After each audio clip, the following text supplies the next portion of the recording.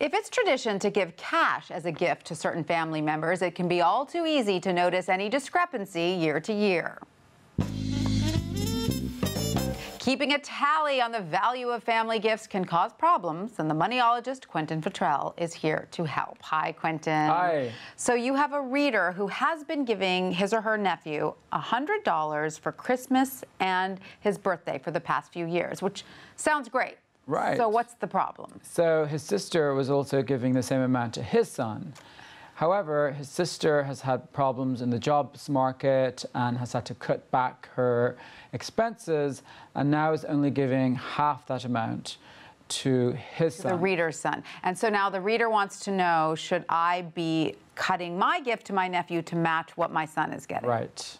Yes. Now, did he mention that his son feels hurt by this reduction in the gift? No, he didn't mention that at all, but I think whether or not, you raise a good point, whether or not he does feel hurt, I think it's a really good opportunity to explain the realities of life. Yes. This is you know what those people call teachable moments, which is an expression I hate, but it's perfect. Here's one. For this. Yes.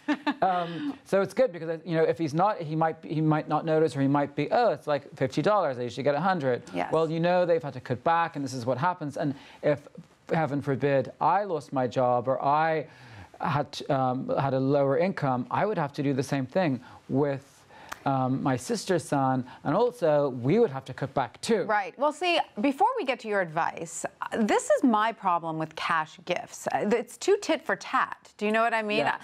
Wouldn't it just be better to have started off giving presents? Because you don't know the exact cash value of a present. Right. I mean, it's easy for uncles and aunts and godparents to put a bill in a card. It's just very easy, especially Yes. if there's a long distance. That's true. You know, or a gift card to the person's favorite store.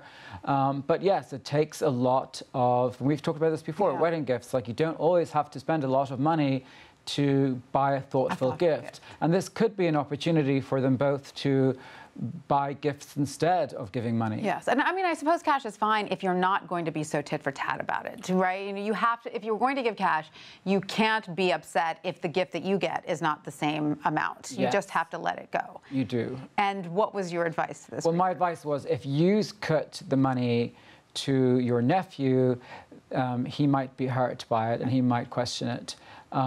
Perhaps his sister thinks that he will have that conversation with his son, noticing that the amount is now half what it used to be. Right. But this is not a conversation that he should have with his sister. He should pretend he doesn't notice it and privately have the conversation with his son.